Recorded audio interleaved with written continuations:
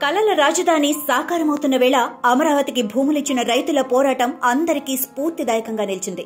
భారతదేశంలో జరిగిన చారిత్రాత్మక ఉద్యమాల్లో అమరావతి ఉద్యమం కూడా ఒకటి. భుక్తి కోసం, భూమి కోసం జరిగిన ఉద్యమాలను చూసిన ప్రజలు వైసీపీ ప్రభుత్వం జగన్ అడ్డగోలు నిర్ణయాల పుణ్యమా అని రాజధాని ఉద్యమాన్ని చూడాల్సొచ్చింది. రాజధాని కోసం అకుంఠిత దీక్షతో 1631 రోజుల పాటు రైతు కుటుంబాలకు చెందిన చిన్నారుల నుంచి వృద్ధుల వరకు జరిపిన పోరాటం ఓ చరిత్ర. నారీ తెగింపు ఒక స్ఫూర్తి. వారి పుణ్యాన చెదిరిన ప్రజా రాజధాని స్వప్నం సాకారమవుతోంది. వైసీపీ పాలనలో 5 ఏళ్ల పాటు అధోగతి పాలైన అమరావతి ఇక తిరిగి జీవం పోసుకుంటోంది. ఆంధ్రుల కలల రాజధాని అమరావతి పనులు పునః ప్రారంభమవుతున్నాయి. మే 2వ తేదీన అంటే శుభప్రదమైన శుక్రవారం నాడు ప్రధాని నరేంద్ర మోడీ ప్రజా రాజధాని అమరావతి పనులను తిరిగి ప్రారంభిస్తున్నారు. ఇప్పటికే 45,000 కోట్ల రూపాయల పనులకు టెండర్లు ఇచ్చేశారు. మొత్తం 1,00,000 కోట్ల రూపాయల పనులకు ప్రధాని పచ్చజెండా ఊపనున్నారు. రేపటి అవసరాలను, అవకాశాలను ఈ రోజే ఆలోచించి ఆచరణలో పెట్టే visionary leader CM Nara Chandrababu Naidu ఆనాడు రాష్ట్ర విభజన తర్వాత రాజధాని లేని రాష్ట్రంగా ఉన్న ఆంధ్రప్రదేశ్ కు ఏర్పాటు చేయబోయే రాజధాని రాష్ట్ర మొత్తానికి ఆర్థికంగా ఆయుపట్టుగా ఉండాలని భావించిన చంద్రబాబు దాదాపు 54,000 ఎకరాల్లో అమరావతి నిర్మాణానికి సంకల్పించారు. హైటెక్ సిటీ నిర్మించి హైదరాబాద్ ను అంతర్జాతీయ నగరంగా మలిచిన చంద్రబాబు పాలనా పటిమపై అప్పటికే రాష్ట్ర ప్రజలకు అచంచల విశ్వాసం ఉంది.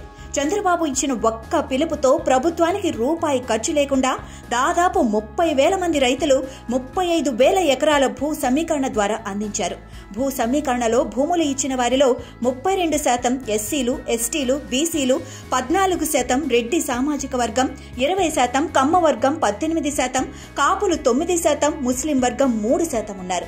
ఒక నాయకుడిపై నమ్మకంతో అంతమంది అన్ని వర్గాలకు చెందిన రైతులు ఇన్ని వేల ఎకరాలు భూ సమీకరణలో ఇవ్వటం ప్రపంచ చరిత్రలో అరుదైన ఘట్టం. హైటెక్ సీఎం చంద్రబాబు తన విజనరీతో అమరావతి అద్భుత నగరంగా నిర్మించేలా ప్లాన్ చేశారు. 8,603 చదరపు కిలోమీటర్ల పరిధిని రాజధాని ప్రాంతంగా గుర్తించారు. ఇందులో 217 చదరపు కిలోమీటర్ల పరిధిలో రాజధాని నగరం నిర్మించబడుతోంది. 16.9 చదరపు కిలోమీటర్ల పరిధిలో కోర్ క్యాపిటల్ డిజైన్ చేశారు. విశాలమైన రోడ్లు, అండర్ గ్రౌండ్ పవర్ లైన్స్, నీటి వసతి, బ్లూ అండ్ గ్రీన్ కాన్సెప్ట్ తో ఒక ఆహ్లాదకరమైన ప్రపంచ స్థాయి నగరంగా రాజధాని ప్రణాళిక సిద్ధం చేసి పనులు ప్రారంభించారు. ప్రభుత్వం న్యాయం, వైద్యం, పర్యాటకం, knowledge, finance, sports, media, tourism వంటి 9 కార్యకలాపాలపై దృష్టి సారించి 9 థీముల్లో 9 సిటీలను ప్లాన్ చేశారు. ప్రపంచ ప్రఖ్యాత డిజైనింగ్ సంస్థ నార్మన్ పోస్టర్ తో ముఖ్య కార్యాలయాల డిజైన్లు చేయించారు. నీలి ఆకుపచ్చ నగరంగా అమరావతిని ప్లాన్ చేసిన విధానం ప్రపంచం మొత్తాన్ని అబ్బురపరిచింది. 2014-19 మధ్య కాలంలో 55 పనులకు 42,500 కోట్ల రూపాయలతో టెండర్లను పిలిచారు. 2019 నాటికి 4,322 కోట్ల రూపాయల విలువైన పనులు పూర్తయ్యాయి. అయితే 2019లో ఒక్క ఛాన్స్ అంటూ అధికారంలోకి వచ్చిన జగన్ అమరావతిని కొనసాగిస్తానన్న హామీని తుంగలో తొక్కి ప్రజా రాజధానిపై కక్ష పెంచుకున్నారు. అమరావతిపై ఒక సామాజిక వర్గం ముద్ర వేసి పనులను ఎక్కడికక్కడికే నిలిపివేశారు. 3 రాజధానులంటూ 3 ముక్కలాట ఆడారు.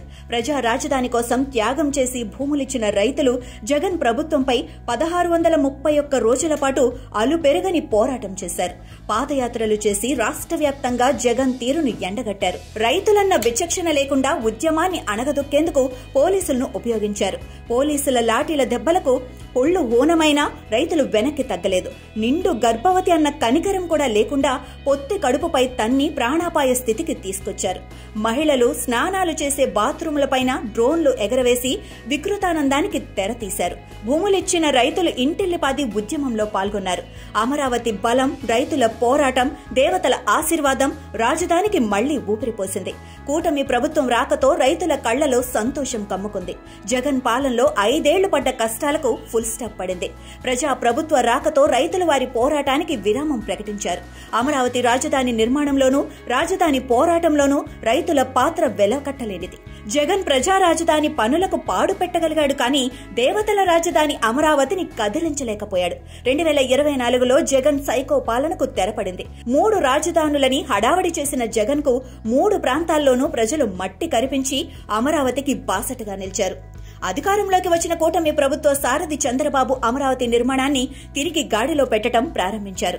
25,000 ఎకరాల్లో 5 ఏళ్ల పాటు మొలిచిన పిచ్చి చెట్లను 36 కోట్లతో తొలగించారు. సిఆర్డీఏ కార్యాలయ నిర్మాణ పనులను తిరిగి ప్రారంభించారు. జగన్ రెడ్డి తీరుతో విశ్వాసం కోల్పోయిన పారిశ్రామికవేత్తలు చంద్రబాబు అధికారంలోకి వచ్చిన తర్వాత తిరిగి అమరావతి వైపు చూడటం మొదలుపెట్టారు. అమరావతిలో తమ కార్యాలయాలు నెలకొల్పేందుకు ముందుకు వచ్చారు. ఇప్పటికే విట్, ఎస్ఆర్ఎం, అమృత వర్సిటీలు ఇక్కడ ఏర్పాటయ్యాయి. రానున్న కాలంలో Tata innovation hub, BITS Pilani law school, XLRI university వంటి పలు సంస్థలు రాబోతున్నాయి.